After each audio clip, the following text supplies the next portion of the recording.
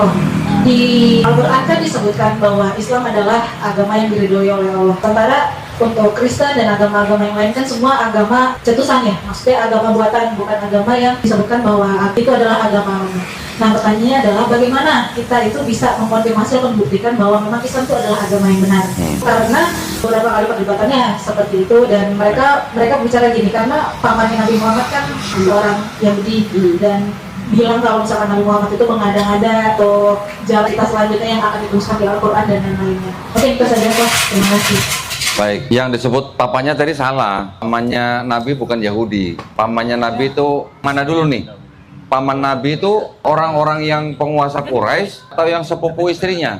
Sepupu istrinya itu Nasrani, bukan Yahudi. Ya, Nasrani ya. Namanya Warokah bin Naufal. Nabi bertemu dengan Warokah ini itu hanya 2 kali. Pertama ketika Nabi menerima wahyu, 2 ketika di depan Ka'bah.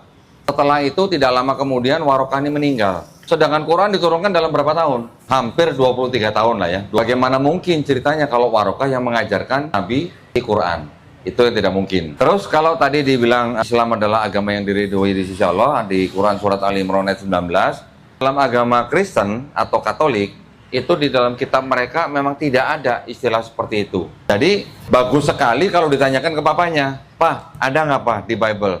Agama Kristen adalah agama yang diridhoi oleh Bapak," gitu. Ada nggak gitu? Nggak ada kan?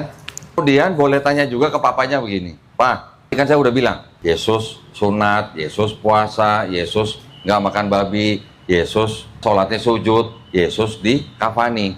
Agama mana Pak yang seperti ini?" Gitu. Papanya tanyanya gini, "Pak, Papa ini sebenarnya pengikut Yesus atau pengikut Paulus?" Terus berani, kenapa? Saya ada ayat-ayatnya, nanti boleh diadu gitu. Yesus di Matius 5 ayat 17-18 mengatakan, "Aku datang bukan untuk meniadakan hukum Taurat, tapi untuk menggenapinya. Selama langit dan bumi belum hancur, 1 iota pun tidak akan dihilangkan." Kalau Yesus tidak membatalkan hukum Taurat, berarti Yesus hidup di bawah hukum Taurat.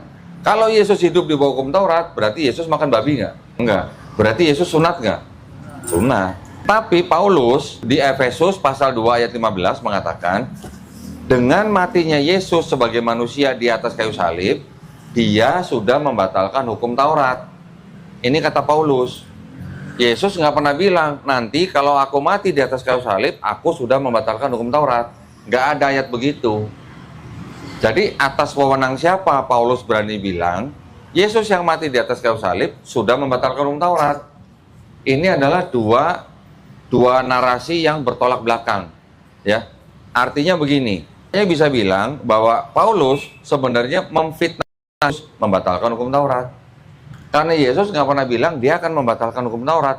Selama langit dan bumi belum hancur, 1 iota pun tidak akan dihilangkan. Kok tiba-tiba ada yang bilang Yesus yang mati di atas kayu salib itu sudah membatalkan hukum Taurat? Yang menurunkan hukum Taurat siapa? Kan Tuhannya Nabi Musa. Betul kan? Di Perjanjian Lama diturunkan Taurat, Tuhannya Nabi Musa. Yesusnya tidak membatalkan. Tiba-tiba ada orang bilang itu Yesus yang mati di atas kayu salib membatalkan. Ini lebih hebat dari Nabi Musa dong kalau begitu.